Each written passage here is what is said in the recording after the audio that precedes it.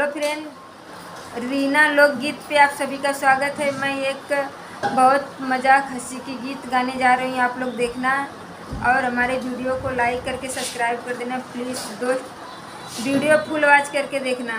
Hello दोस्त, किरण लोकगीत YouTube channel पर भी जाइए। आप लोग अपना प्यार दुलार आशीर्वाद दीजिए और वीडियो पूरा फुल वॉच करके देखिए। लाइक सब्सक्राइब कमेंट शेयर जरूर कीजिए। हम सिस्टर मिलकर दोनों लोग एक बहुत धमाकेदार मजाक की गीत गाने जा रही हूँ।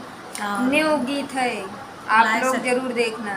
लाइक सब्सक्राइब कमेंट शेयर करना। निकला गेला तोहार स्टाइल राजा जी, निकला गेला तोहार स्टाइल राजा जी। जब लगावे लगाने मोबाइल राजा जी, जब लगावे लगाने मोबाइल राजा जी। सोने की थाली में जेवना बनावलो, सोने की थाली में जेवना बनावलो। जेवना न जेला उठावेला मोबाइल, जेवना न जेवेला उठावेला मोबाइल। निकला गेला तोहार स्टाइल राजा जी, निकला गेला तोहार स्टाइल राजा जी।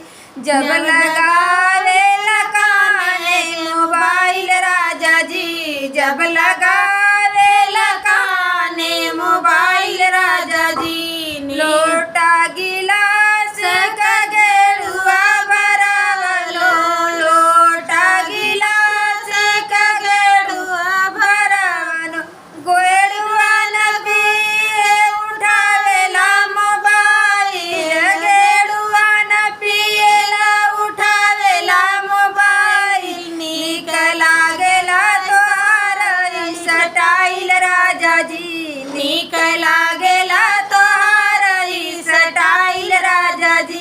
जब लगावे लगाने मोबाइल राजा जी, जब लगावे लगाने मोबाइल राजा जी।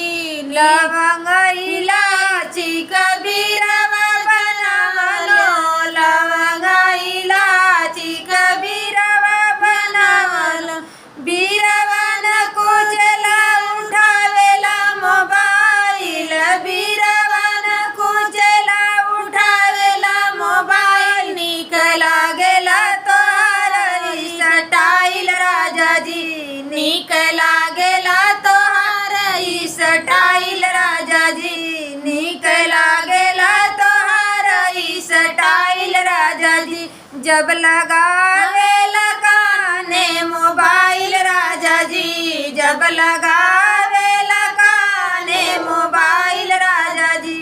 फूल जारी कसे लगावलो, फूल जारी कसे लगावलो।